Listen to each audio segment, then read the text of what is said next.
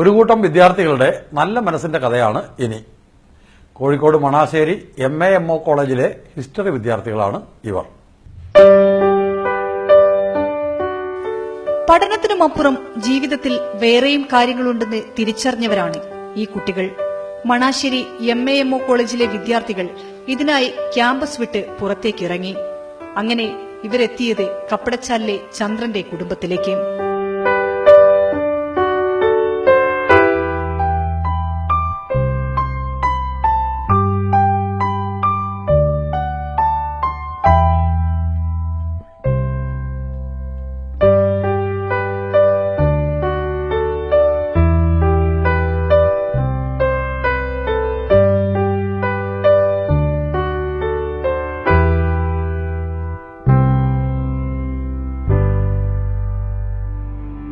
ഇന്ന് എല്ലാ ദിവസവും അവിടെ അവരെയും കാത്ത് 4 പേരുണ്ടാകും.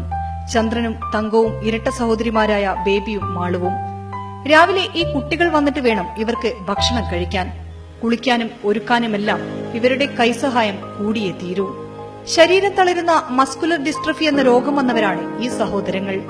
പരസഹായമില്ലാതെ കിടക്കുന്ന ഈ കുടുംബത്തിന്റെ പ്രത്യാശയാണ് ഈ കുട്ടികൾ.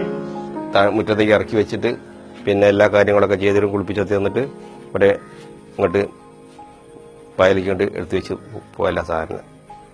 പിന്നെ എല്ലാ ദിവസവും ഞാൻ ഉച്ചയ്ക്ക് ഊണ് കഴിച്ചാൽ പിന്നെ അവരെ വിളിക്കും. ഞാൻ സ്കൂളിട്ടാൽ മതി, ഇവരാരെങ്കിലും വരും. പിന്നെ ആരെങ്കിലും 2-3 പേര് വന്നിട്ട് എന്നെ ഇവിടുന്ന് എടുത്തിട്ട് പിന്നെ ആട്ടുകാട്ടിലേക്ക് എടുത്ത് കടത്തി തരും.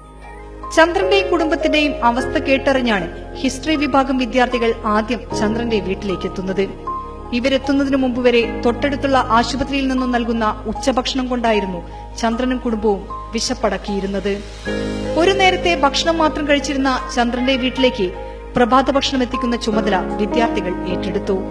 പിന്നീടെന്നും ഈ കുട്ടികളുടെ വീട്ടിലെ പ്രഭാത ഭക്ഷണത്തിന്റെ ഒരു പങ്ക് ചന്ദ്രന്റെ വീട്ടിലുമെത്തി. നമ്മളെല്ലാവരും ഒരുമിച്ചൊരു തീരുമാനം എടുത്ത് എന്നും രാവിലെ ഫുഡ് ഹിസ്റ്ററി ഡിപ്പാർട്ട്മെന്റ് കൊടുക്കുന്നുണ്ട്. അപ്പം ഇപ്പോൾ 1 വർഷത്തോളമായി, 1.5 വർഷമായി ഹിസ്റ്ററി ഡിപ്പാർട്ട്മെന്റ് തന്നെയാണ് രാവിലെ ഫുഡ് കൊടുക്കല്. പിന്നെ നമ്മൾ ഓരോരുത്തർ ഒഴിവുള്ള ദിവസം വരും, പിന്നെ നമ്മള് കുളിപ്പിക്കും, അങ്ങനെ ഓരോരോ ഫുഡ് കൊടുക്കും, അങ്ങനെ ഓരോരോ. പറഞ്ഞാല് നമ്മളെ വീട്ടിലെ ഒരു ഉമ്മ അല്ലെങ്കിൽ ഒരു ഉപ്പ ആ ലെവലിലാണ് നമ്മൾ വില കാണുന്നത്. കാരണം ആദ്യം എന്നൊക്കെ പറഞ്ഞാൽ നമുക്ക് ഇങ്ങനെ വരാനുള്ള ഒരു ഇതുണ്ട്. ഇനി പക്ഷെ ഇവിടെ എത്തി കഴിഞ്ഞപ്പോ നമ്മ ഇവിടുന്ന് പോവാൻ തോന്നുന്നില്ല. കാരണം ഓരോരോ അവസ്ഥ അറിയുമ്പോ അരപ്പോ അവർക്കൊരു നമ്മള് ഫുഡൊക്കെ വാരി കൊടുക്കുമ്പോ നമ്മ മനസ്സിൽ കിട്ടുന്ന ഒരു സുഖം അത് മതിയല്ലേ നമ്മളെ ജീവിതത്തിൽ. പിന്നെ വൈകുന്നേരത്തെ ഭക്ഷണം ഇപ്പോൾ ഞങ്ങളൊരു 4-5 കൊല്ലത്തോളമായിട്ട് കഴിക്കാറില്ല. കഴിക്കാനറിഞ്ഞപ്പോൾ ഞാൻ രാത്രി ഉച്ചയ്ക്ക് വരുന്ന ഭക്ഷണം പിന്നെ പിന്നെ നേരത്തെ പിള്ളേർ വരികയാണെങ്കിൽ അവർ എനിക്ക് വായിൽ തരും. പിന്നെ ചേച്ചിമാർ പെങ്ങന്മാർക്ക് പിന്നെ ഇവിടെ നിൽക്കുന്ന ചേച്ചി കൊടുക്കുക, അല്ലെങ്കിൽ പിന്നെ കുട്ടികളാരും വരുമ്പോൾ ഒരു കൊടുക്കും. അങ്ങനെ ഉച്ചയ്ക്കുള്ള ഭക്ഷണമുള്ളൂ. രാത്രി ഭക്ഷണം കഴിക്കാൻ ബുദ്ധിമുട്ടാണ്. അതുകൊണ്ടാണ് ബുദ്ധിമുട്ടെന്ന് പറഞ്ഞാൽ തരാൻ ആളുണ്ടാവില്ല. വെള്ളം കൊണ്ടുവരണം, കുടിക്കാൻ വെള്ളം കൊണ്ടുവരണം, മായ കഴുകാൻ വെള്ളം കൊണ്ടുവരണം. അതിനൊപ്പം ചെറിയ മകൾക്കുണ്ടാവില്ല. അതുകൊണ്ട് പിന്നെ ഞങ്ങൾ ക്രമേണ ഭക്ഷണം ഒഴിവാക്കി കഴിഞ്ഞു. ആഘോഷവേളകളിലെല്ലാം ഇവർക്കൊപ്പം പുത്തൻ വസ്ത്രങ്ങളും സദ്യയും പാട്ടുമായെല്ലാം ഈ കുട്ടികളുണ്ടാകും. ഈ കഴിഞ്ഞ ഓണമല്ല, അതിന്റെ മുമ്പത്തെ ഓണത്തിന്റെ മുമ്പേ ഒരു വരാൻ തുടങ്ങിയിട്ടുണ്ട്. അങ്ങനെ രണ്ട് കൊല്ലം ഇപ്പോൾ ഇവിടെ പരിപാടിയൊക്കെ നടത്തി നമുക്കൊക്കെ ഞങ്ങൾക്ക് ഡ്രസ്സൊക്കെ കൊടുത്തന്നൊക്കെ ചെയ്യും.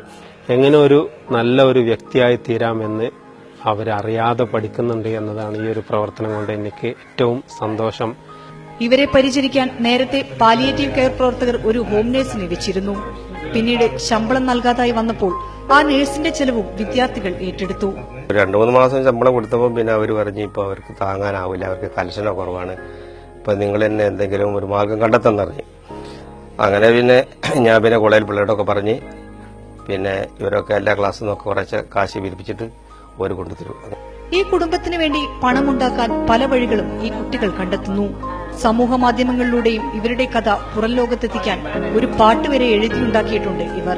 ഒരു പാട്ടായാലും എല്ലാരും കേൾക്കുന്നുള്ള ഒരു ഇതുണ്ടോണ്ട് അങ്ങനെ പാട്ട് വെച്ചിട്ട് ഒരു പോസ്റ്റൊക്കെ ചെയ്ത് വെച്ചു. ഞങ്ങൾ കൊണ്ടോരൂ കപ്പടച്ചാലിയില് സ്നേഹം നിറഞ്ഞോരു ഏട്ടനും 3 ഏച്ചിമാരും വയറ് കത്തിയാലോ പിന്നെ ഓടിവരും ഞങ്ങൾ കൂടെ പിറപ്പല്ലോ ഏട്ടനും 3 ഏച്ചിമാരും.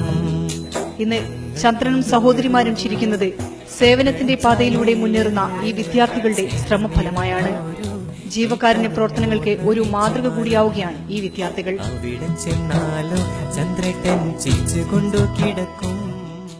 ഈ ലക്കം ബിയോണ്ട് ദി ഹെഡ്ലൈൻസ് ഇവിടെ അവസാനിക്കുന്നു. വീണ്ടും അടുത്തയാഴ്ച ഇതേ ദിവസം ഇതേ സമയം മീഡിയ വണ്ണിൽ. നന്ദി, നമസ്കാരം.